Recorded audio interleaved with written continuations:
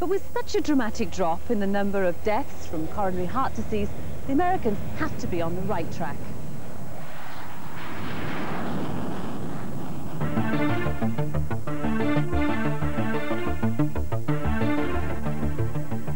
In next week's programme, we continue our look at cholesterol, and in particular at the controversy that surrounds cholesterol testing. Should we in the UK be encouraged to know our number? And how have the England football team become involved in the debate? That's next week on Health UK. And if you'd like to find out more about this whole subject of cholesterol, this BBC book, which accompanies the series, is now available.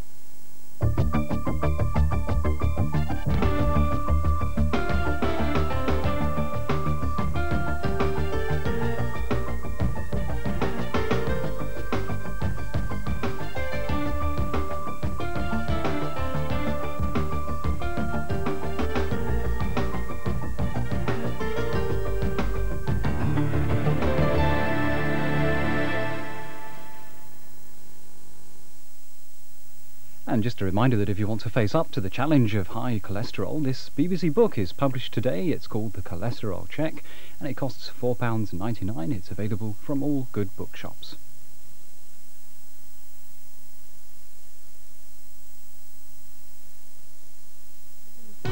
Just how embarrassing can kids be, and what can parents do about it? Find out with the Balkers and the Taylors in 5 minutes on BBC One. No kidding! Now, on One, a summary of the latest news with Lynette Lithgow. It's 11 o'clock.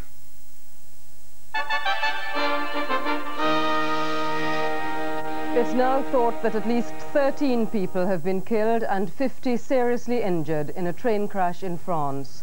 An overnight Nice to Paris express collided head-on with a goods train at Milan. Rescue workers are still trying to free trapped passengers. The accident took place just before 6:30 at the station at Melun, about 30 miles south of the capital. The overnight Nice to Paris express was coming into the station when it collided head-on with a goods train. Reports from the scene say the whole of the passenger train was derailed. The force of the crash was such that some of the carriages ended up in a vertical position. Many passengers were stuck inside the train waiting to be cut free. Dozens of ambulances and 2 helicopters have been shuttling the victims to hospitals. There's no firm word yet on what caused the accident, but an official from French Railways said the driver of the goods train very probably failed to observe a stop sign. Police in America are still trying to establish the motive for yesterday's mass killing in Texas. 22 people were killed in a restaurant in Killeen. The gunman drove a pickup truck through the front window of the restaurant before opening fire on diners.